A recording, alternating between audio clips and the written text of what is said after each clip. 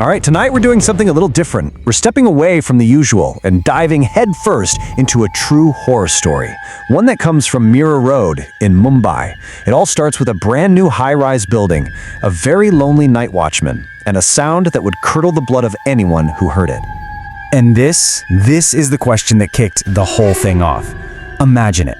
Every single night, right as the clock strikes 12, a pack of local stray dogs gathers and just howls at this one empty building. It's like they could see something that no one else could. So let's find out what it was. So, our story revolves around a man named Vijay. He's a watchman, and his job is to guard the back of this newly built apartment complex.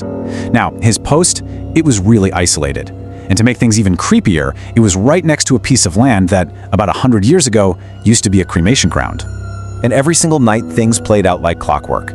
7 p.m., his shift starts. Midnight, the dogs start that awful, mournful howling. Then around 1:30, Vijay, being a good guy, shares his dinner with them and they quiet down. But then, around 2 a.m., this weird, overpowering sleep would just wash over him every single time. For a few nights, this was Vijay's life. Yeah, it was unsettling for sure, but it was predictable. But then, that pattern completely shattered. Something new got added to the nightly schedule. Something incredibly violent. On the first night, while he was last in that strange, heavy sleep, Vijay felt it. It was this chilling certainty that someone was standing right there, next to his chair. But he was so deep under, he couldn't even open his eyes. Just completely helpless to whatever was watching him. And then, bam! A sudden, sharp, searing pain. He jolted awake, his hand flying to his head, and a whole patch of his hair was gone, just ripped clean out from the root. He frantically looks around, heart pounding in his chest, but there was nobody there. Nothing. Just the dead silence of the night. The very next night, it happens again. The weird sleep takes him, and then a brutal punch, square in the face, snaps him awake. But as he stumbles to his feet, a totally different kind of horror catches his eye.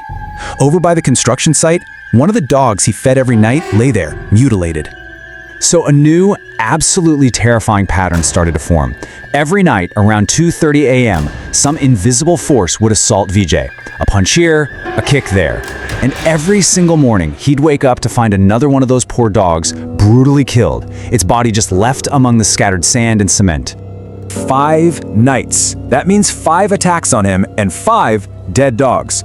Whatever was doing this, whatever was haunting this place, it was methodical, it was relentless, and it was clearly working its way through that pack of dogs, one by one. At this point, Vijay is bruised, he's terrified, and he is at his absolute breaking point.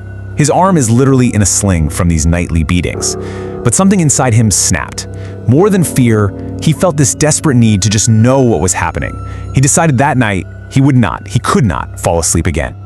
He actually called his wife, begging her, please just stay on the line with me. Talk to me. Do anything to keep me awake. He was determined, you know? He had to face his tormentor, whatever it was. But even with his best efforts, the phone call eventually dropped, and that unnatural sleep started to pull him under. But this time was different. Just as he was drifting off, a strange sound cut through the haze, a rhythmic scraping noise. Chut, chut, chut. It was just enough to make him snap his eyes open right before the attack was supposed to come. He crept towards the sound, peering from behind a concrete beam, and what he saw, well, it just froze his blood. There was an ancient-looking man, dressed all in white, just methodically spreading wet cement with his bare hands. And right beside him, an old woman in a white sari was hunched over the last dog, viciously killing it with a piece of broken glass. Seeing that, something inside Vijay just broke. All the fear was replaced by pure rage. He grabbed the biggest stone he could find, ready to just end this nightmare. He looked down for just a second to get a better grip on the stone, and when he looked back up, they were gone. I don't mean they ran away, they just vanished into thin air. Vijay ran. I mean, who wouldn't? He quit his job that very night, told his wife those weren't people. They were ghosts or demons or something. He refused to go back. But, you see, the story doesn't end there. A few days later, by pure chance, he found out the truth. He bumped into an old laborer who'd worked at that site from the very beginning. Vijay told him the whole story, and the old man just nodded, this grim look on his face. He told him that years ago, an elderly couple working on the construction had a horrible accident. The head injury completely broke their minds, and they were filled with this mad cruelty. They started torturing and killing any animal they could find, until one night they actually tried to attack a leopard. The leopard killed them both, right there on that very spot. And the laborer, he had a name for them, Pagal Atmai. It translates to mad souls. He was convinced that their spirits were trapped there, cursed to just repeat the senseless, brutal violence they committed in their last days, over and over and over again. So you see, this whole horrifying haunting, it wasn't random at all. The way the old laborer explained it, this wasn't just about ghosts terrorizing a watchman. Oh no, this was about a bill coming due. A chilling lesson in consequences. I mean, look at this. It's a perfect, terrifying symmetry, isn't it?